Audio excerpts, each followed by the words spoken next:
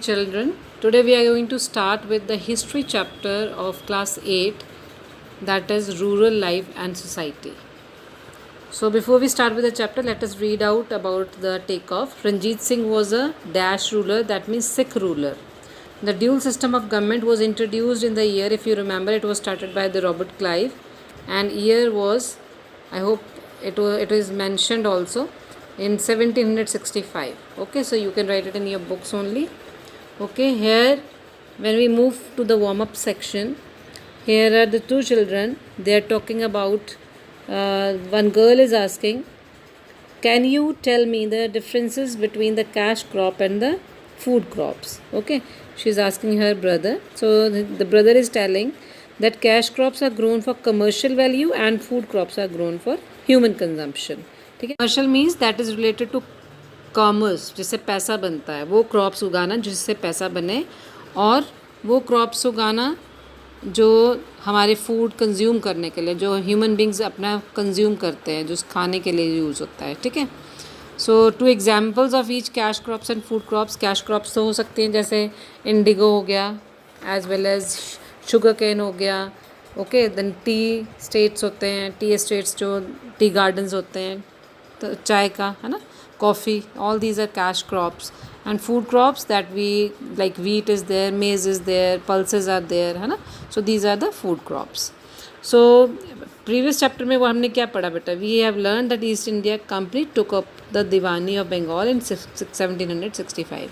तो आप अगर आपको याद हो तो ईस्ट इंडिया कंपनी ने जो बंगाल की दीवानी थी, मतलब बंगाल जो अपने अंडर कंट्रोल कर ली थी 1765 में, और 7 years के लिए ये जो कंपनी लेट द डिप्टी दीवान इन मुग़ल कोर्ट, उन्होंने अपने मुग़ल कोर्ट में अपना एक डिप्टी जो दीवान था 7 years के लिए उसको वहाँ पे छोड़ा था. उसका नाम था मोहम्मद रेज़ा खान, आप इसको अंडरलाइन कर लीजिए. और वो ब्रिटिशर्स के बिहाफ पे रेवेन्यू कलेक्ट करता था. लेकिन 1772 में उस समय के जो गवर्नर था बंगाल का, वॉन हेस्टिंग्स, उसने डिप्टी दीवान की पोस्ट को एबॉलिश कर दिया, ख़त्म कर दिया, और कंपनी स्टूड फोर्थ एज दीवान, और ख़ुद ही वो एज अ दीवान वहाँ पे इस्टेब्लिश हो गई. इसका मतलब क्या था कि जो कंपनी ने नए वेज जो हैं, नए तरीके जो थे वो स्टार्ट कर दिए एरिया को कैलकुलेट करने के लिए. जो कौन कौन से एरिया को कैलकुलेट करते थे? जो कल्टीवेशन के अंडर आते थे रेवेन्यू के कलेक्शन के लिए. ठीक है, अब having become rulers but retaining the trader mentality, है ना. वैसे तो रूलर्स बन गए थे ब्रिटिशर्स, बट उनकी मेंटेलिटी कैसी थी? ट्रेडर्स वाली थी. वो ज़्यादा से ज़्यादा मुनाफा कमाना चाहते थे इंडिया से, और ये उनका एक नया ही रोल था. Now next is system of land revenue collection. During the Mughal period जो लैंड थी, सबसे पहले कैसे असेस करते थे, उसको कैसे मापा जाता था, कैसे उसका टैक्स कलेक्ट किया जाता था. ठीक है, वो टैक्स कलेक्शन उसके असेसमेंट के ऊपर किया जाता था. किस तरह की जो है जो लैंड है वो वहाँ से अच्छा कल्टीवेशन हो सकता है या नहीं हो सकता है, बंजर तो नहीं है, है ना. उसके अकॉर्डिंग उसका टैक्स जो है असेस किया जाता था, मतलब डिसाइड किया जाता था. तो ये शुरू में तो ये रिस्पॉन्सिबिलिटी किसके पास थी? ऑडिटर्स और अकाउंटेंट्स के पास थे, जिनको मजूमदार बोला जाता था. आप अंडरलाइन कर सकते हैं मजूमदार को. ये ऑडिटर्स और अकाउंटेंट्स थे. ये रिस्पॉन्सिबिलिटी असेसमेंट की, लैंड असेसमेंट की इनके पास हुआ करती थी. लेकिन जैसे ही मुग़ल एम्पायर डिक्लाइन हुआ, रेवेन्यू फार्मर्स, जिनको जागीरदार बोला जाता था, उन्होंने टैक्सेस को कलेक्ट करना शुरू कर दिया. तो ये पोजीशन बहुत जल्दी हेरिडिटरी बन गई, मतलब जागीरदार के बाद उसका बेटा जागीरदार बनने लगा, उस बाद में उसका जागीरदार. हेरिडिटरी समझ आता है ना बेटा आपको. लेकिन ये जो रेवेन्यू कलेक्टर्स थे, इनकी खुद की लैंड नहीं होती थी, सिर्फ ये अपनी जो लैंड का जो टैक्स थे, they use to collect it.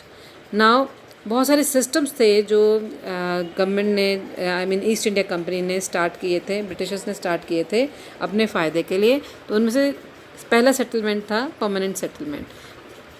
ये सेटलमेंट चार्ल्स कॉर्नवालिस ने इंट्रोड्यूस किया था, और ये सिस्टम बंगाल, बिहार, उड़ीसा जो प्रेजेंट डे का है, और कुछ पार्ट्स ऑफ मैड्रास प्रेसिडेंसी में प्रेवलेंट था. ठीक है, so the land was auctioned off to the higher bidder. तो इसमें क्या करते थे कि जो लैंड थी, जो सबसे ज़्यादा पैसा मतलब दे सकते, ऑक्शन नीलामी की जाती थी लैंड की, जो सबसे ज़्यादा हाईएस्ट बिडर होता था, जो सबसे ज़्यादा पैसा देता था, है ना, वो उस लैंड का ओनर बन जाता था.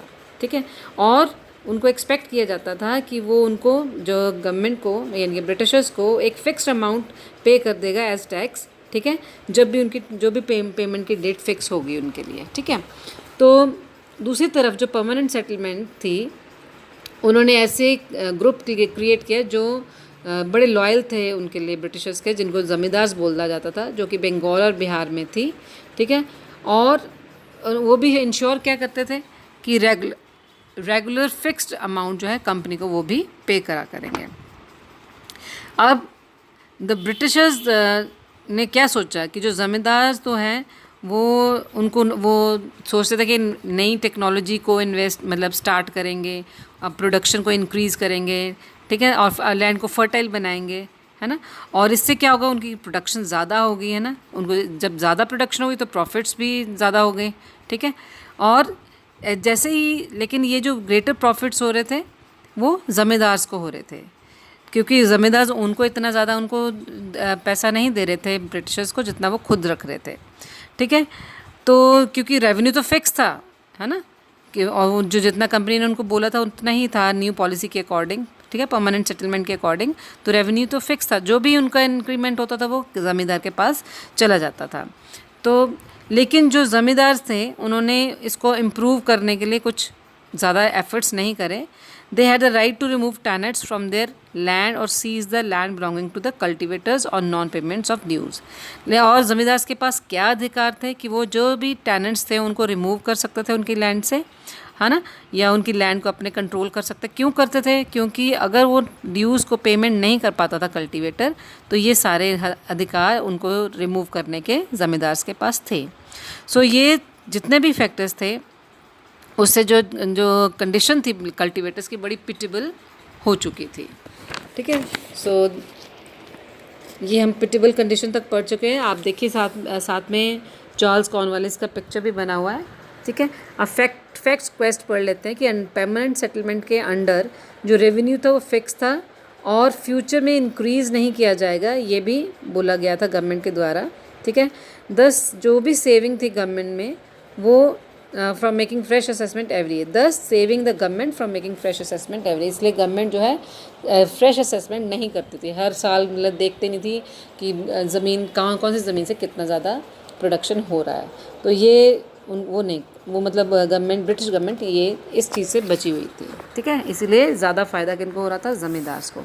अब नेक्स्ट आपका सिस्टम आता है रायतवाड़ी सिस्टम, ठीक है। परमानेंट सेटलमेंट पढ़ लिया, अब रायतवाड़ी सिस्टम करेंगे।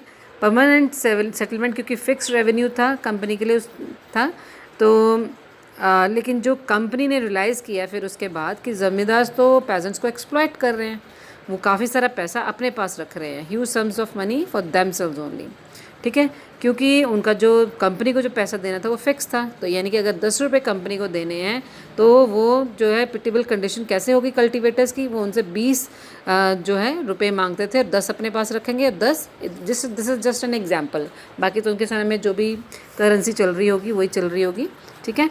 और इस तरह से उन्होंने परमानेंट सेटलमेंट जो बंगाल में कंटिन्यूड रहा और बंगाल और बिहार में, लेकिन रायतवाड़ी सिस्टम स्टार्ट कर दिया सर थॉमस मुनरो ने 1799 से लेके 1801 तक। ये कहाँ हुआ जो रायतवाड़ी सिस्टम? ये बॉम्बे और मद्रास प्रेसिडेंसीज़ में, ठीक है। नॉर्थ डेक्कन, जो नॉर्थ पार्ट है डेक्कन का, उस एरिया में बॉम्बे नॉर्थ डेक्कन में हो गया और मद्रास आपका ईस्टर्न डेक्कन में हो गया। तो इस मद्रास प्रेसिडेंसी में जो रायतवाड़ी सिस्टम है यहाँ पे इंट्रोड्यूस किया सर थॉमस मुनरो ने। इस सिस्टम के अकॉर्डिंग कोई भी मीडिएटर नहीं होगा जो रेवेन्यू कलेक्ट करेगा, ठीक है। और वो क्या करते थे, जो revenue was collected directly from the cultivators और द रायत, जो भी कल्टीवेटर्स थे उनसे कलेक्ट जो है कंपनी है डायरेक्टली उन्हीं से रेवेन्यू इकट्ठा करती थी। और लैंड रेवेन्यू जो था वो 30 ईयर्स के लिए फिक्स था, ठीक है। उसके बाद 30 ईयर्स के बाद ये बोला गया था कि रीअसेस किया जाए, जैसे परमानेंट सेटलमेंट में रीअसेसमेंट नहीं थी ना, तो लेकिन रायतवाड़ी सिस्टम में जो बॉम्बे और जो मद्रास में स्टार्ट हुआ था वहाँ पे रीअसेसमेंट थी, लेकिन इट वाज आफ्टर 30 ईयर्स।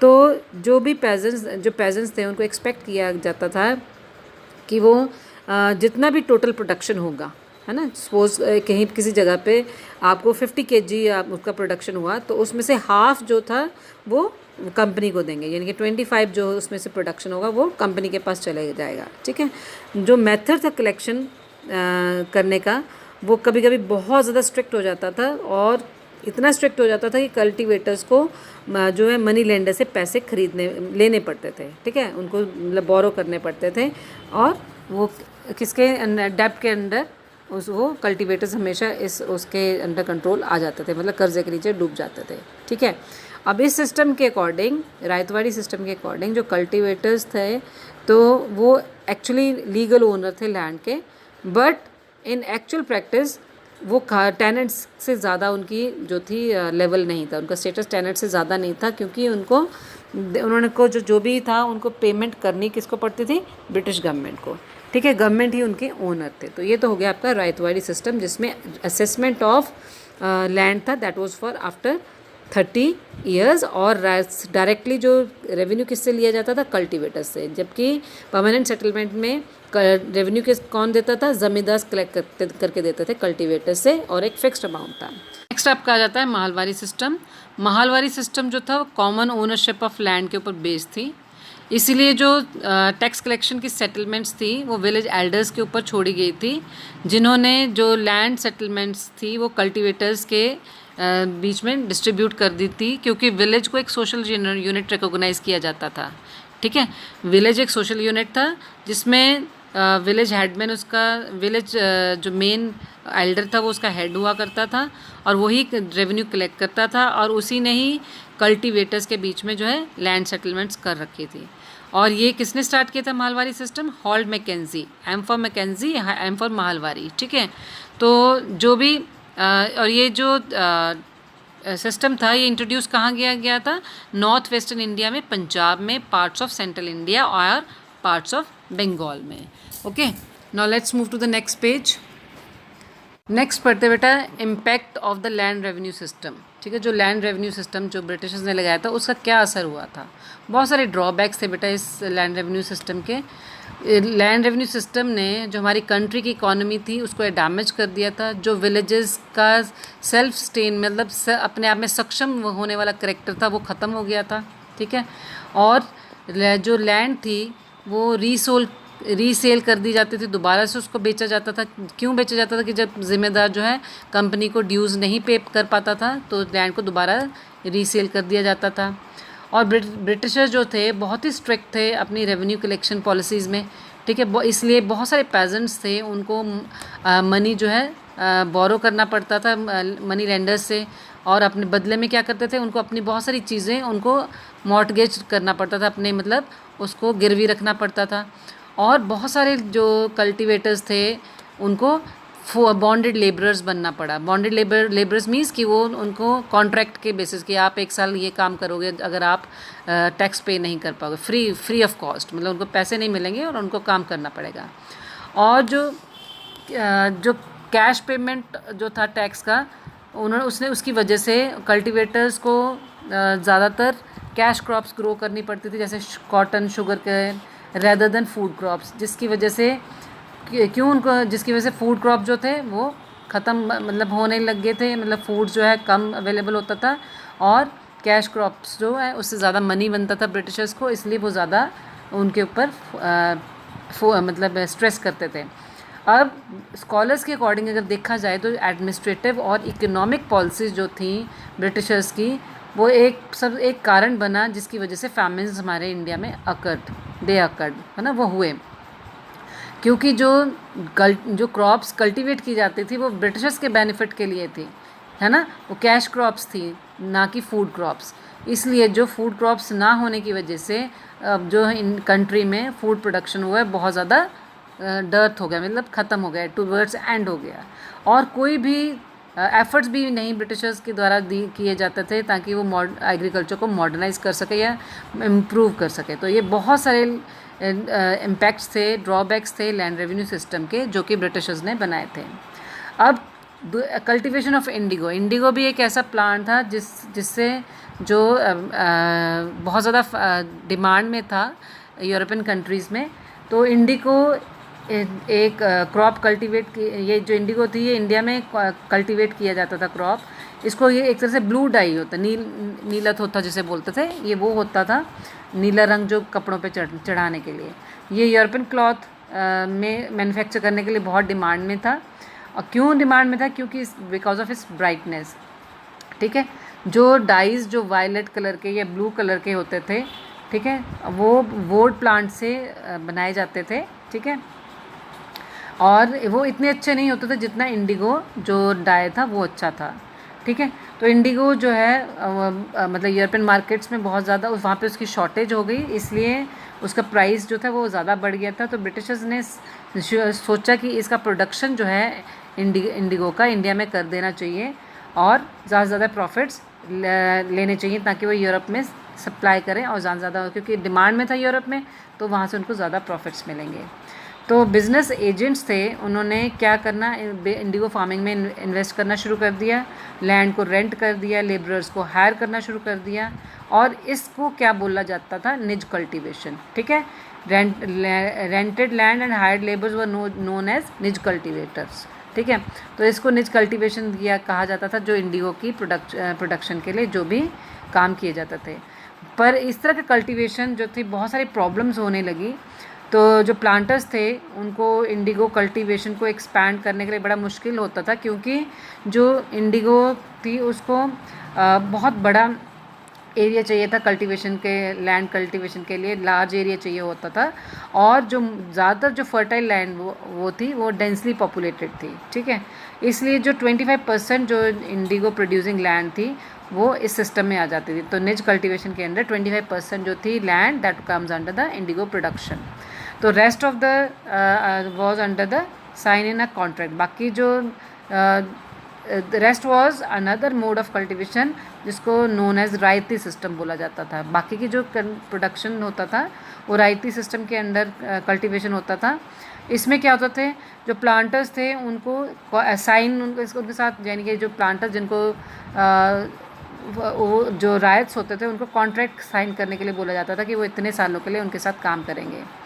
जो उनको ये भी कहा जाता था कि जो भी कॉन्ट्रैक्ट साइन करेगा उनको कैश लोन्स मिलेंगे बड़े लो रेट्स के इंटरेस्ट पे, और इनको ये लालच दिया जाता था।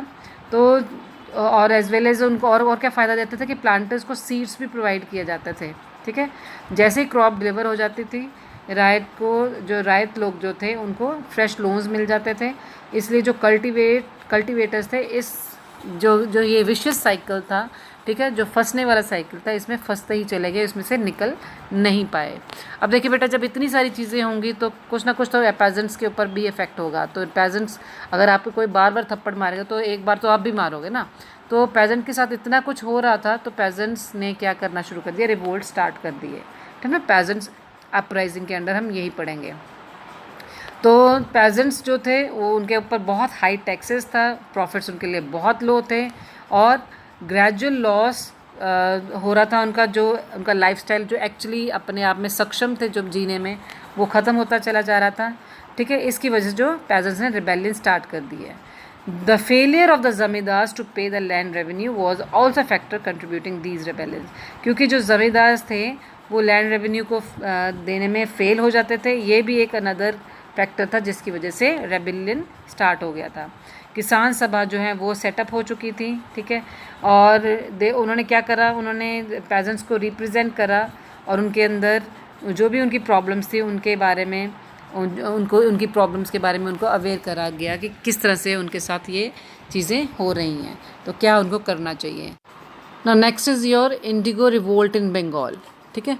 अब जो लोन्स थे वो पेजेंट्स को सैंक्शन हो चुके थे इंडिगो कल्टीवेशन के लिए, क्योंकि उनको बोला गया था कि जो कैश क्रॉप्स ग्रो करेगा उनको कम रेट्स पे, इंटरेस्ट रेट्स पे लोन्स मिल जाएंगे, ठीक है। तो शुरू में तो ये चीज़ें जो थी वो बड़ी रीज़नेबल लग रही थी, बट बड़ी ही जल्दी उनको रियलाइज़ हो गया जो उसमें जो लोन्स उनको दिए जा रहे थे उसमें काफ़ी रिजिडिटी और स्ट्रिक्टनेस शो होने लगी, और जो labour put in by the Indigo farmers did not match the price they got from the Indigo planters. जो लेबर्स, जितनी मेहनत वो लोग इंडिगो फार्मिंग करने के लिए करते थे उतनी उनको प्राइस नहीं मिलती थी, ठीक है, बहुत ही लो प्राइस मिलती थी। और दूसरा ये वो अपने आप को जो लोन से कभी भी फ्री ही नहीं कर पाते थे, ठीक है। और जो डीप रूट्स थे इंडिगो प्लांट के, उससे जो फार्मर्स जो थे अपनी उस फर्टाइल लैंड पे जो राइस थे वो ग्रो नहीं कर पाते थे, और बाकी क्रॉप्स भी ग्रो नहीं कर पाते थे अदर देन इंडिगो, ठीक है। तो क्योंकि इंडिगो ने जो उनकी सॉइल को बिल्कुल ख़त्म कर दिया था, एग्जॉस्ट कर दिया था। अब इन सब चीज़ों का आउटकम क्या निकला, क्या रिजल्ट निकला? इसका रिजल्ट यही निकला कि जो बहुत सारे पेजेंट्स थे बंगाल के, उन्होंने इंडिगो ग्रो करने के लिए जो 1859 के शुरू के मंथ्स थे उनमें उन्होंने रिफ्यूज़ कर दिया कि हम इसमें इंडिगो जो है ग्रो नहीं करेंगे। अब सिचुएशन इतनी ऑप्रेसिव हो गई थी कि जो इंडिगो प्लांटर्स के लिए काम करते थे उन लोगों ने ऑस्ट्रासाइज करना, मतलब बहिष्कार, उनसे बात करनी बंद कर दी। और जो प्लांटर्स थे उनको रेंट पे नहीं करते थे, और जो गोमस्तास थे, जो रिकॉर्ड कीपर्स थे, उनको मारा जाने लगा, उसको उनकी पिटाई की जाती थी। अब इंडिगो फार्मर्स, उनको काफ़ी सपोर्ट मिलती थी इंटेलेक्चुअल से, है ना, जो सिटी से थे, और एज वेल एज लोकल ज़मींदार से। जो लोकल ज़मींदार भी एंग्री थे, क्योंकि they were force to lease out their land for the long period, क्योंकि ज़मींदारों से उनकी जो लैंड थी लीज़ पे लंबे टाइम तक जो है ब्रिटिशर अपने अंडर कंट्रोल रख लेते थे। लीज़ क्या होता है? जैसे बेटा कोई एरिया हो, उसको सस्ते में रेंट पे ले लेती है ना। जैसे गवर्नमेंट ने अपनी बहुत सारी जो ज़मीन है लोगों को, जैसे आप कह सकते हो ये हमारी जो कोर्ट है ये लीज़ पे ली गई है। कोर्ट गवर्नमेंट ने किसी बंदे से सस्ते दामों पे रेंट पे लेना, ठीक है। वो कई सालों 99 ईयर्स तक वो लीज़ पे रहती है। तो इस तरह से ज़मींदारों से जो ब्रिटिशर्स थे, उन्होंने उनकी जो लैंड जो है ज़बरदस्ती लंबे समय तक के लिए उनसे लीज़ पे ले ली थी। अब जो दीनबंधु मित्रा थे, उन्होंने नील दर्पण किताब लिखी, and he forceful play that depicted a real situation of indigo farmers and highly exploitative nature of the planters, की जो planters की कितनी exploitative nature थी उसके बारे में लिखते हैं, ठीक है। क्या उनकी एक्चुअल सिचुएशन थी इंडिगो फार्मर्स की, वो उसमें नील दर्पण में उन दीनबंधु मित्रा ने लिखी है। जो ब्रिटिशर्स थे वो इस तरह की एजिटेशन से भी उनको बड़ी परेशानी हो गई थी। उनको रियलाइज़ हो गया था कि the consequence it could have on their own government, कि उनको ये भी पता चल गया था कि इसका रिज़ल्ट उनको भुगतना पड़ेगा ही। तो इंडिगो प्रोडक्शन जो बंगाल में वो बिल्कुल ख़त्म हो गया था, स्टैंड स्टिल हो गया था। प्लांटर्स ने अपना अटेंशन जो है बिहार की तरफ कर दिया था शुरू, उस तरफ ध्यान देना शुरू कर दिया था। महात्मा गांधी जो है चंपारण में आए, क्योंकि महात्मा गांधी को जो बिहार के जो इंडिगो प्लांटर्स थे उन्होंने रिक्वेस्ट किया था कि उनकी हेल्प करें इस इतने बड़े टैक्स को पे करने की, उनके लिए जो पॉसिबिलिटीज़ नहीं है। तो महात्मा गांधी ने चंपारण में विज़िट किया और उन्होंने इंडिगो फार्मर्स की जो कंडीशंस थी उसको ऑब्ज़र्व किया, और इसी वजह से जो चंपारण मूवमेंट स्टार्ट हो गई, उनके आने से ही चंपारण मूवमेंट स्टार्ट हो गई इंडिगो कल्टीवेशन के अगेंस्ट, और this would eventually grow into a nation wide movement against British dominion. तो ये ही चंपारण मूवमेंट जो है पूरे देश में, मतलब नेशन वाइड मूवमेंट बन गई थी, जो कि ब्रिटिशर्स के राज्य के अगेंस्ट, कि उनके राज नहीं होना चाहिए। Avoiding that tax. Now we are going to do the case study. So comparative study of Punjab, Bengal and Bihar. Okay, Punjab was annexed by Lord Dalhousie beta, or as you know, Panch Ab means the place which is between the two rivers. Ab means river. So Punjab is river of five, place between the rivers of five rivers. Sorry.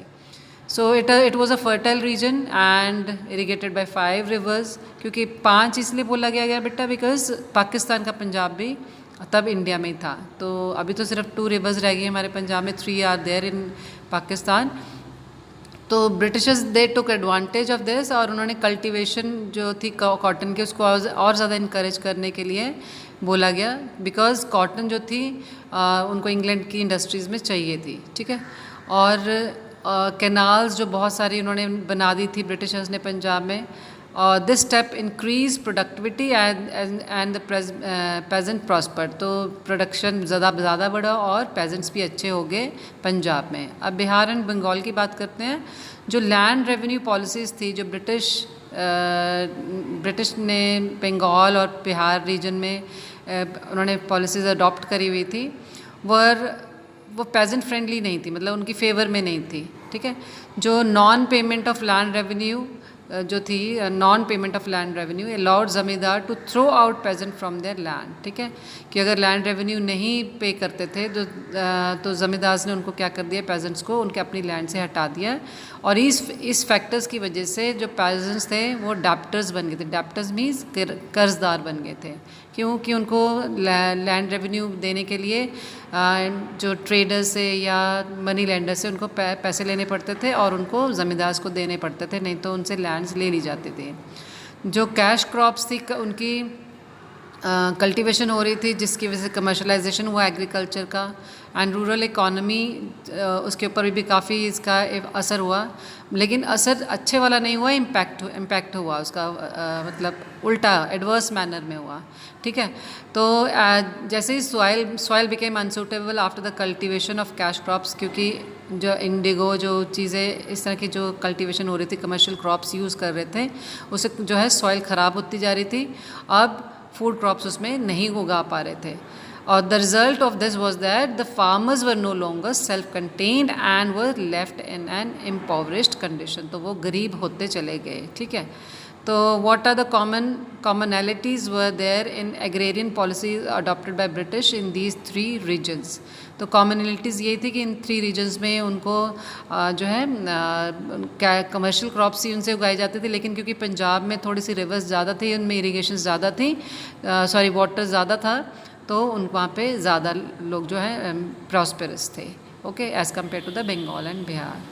Okay children, next is your investigate. इसमें कावर जो है वो कहते हैं कि next to war के बाद, मतलब फैमिन के बाद, पेस्टिलेंस के बाद, जो सबसे बुरी चीज़ हुई एग्रीकल्चर में वो थी एब्सेंटी लैंड लॉर्डिज़म।